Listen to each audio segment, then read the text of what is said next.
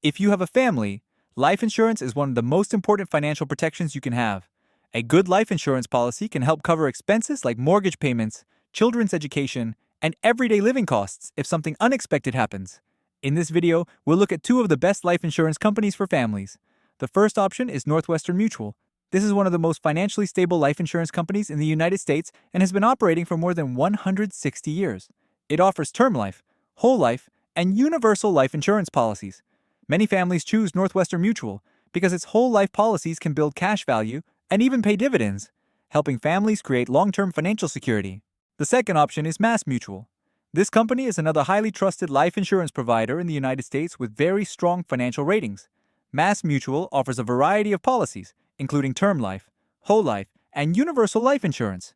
It is well known for its flexible coverage options and reliable long-term benefits, which makes it a popular choice for families who want strong financial protection. So in summary, two of the best life insurance options for families are Northwestern Mutual for long-term financial strength and Mass Mutual for flexible coverage and strong financial stability. And that's it. If this video helped you learn about the best life insurance options for families, don't forget to like the video and subscribe for more finance and insurance tips.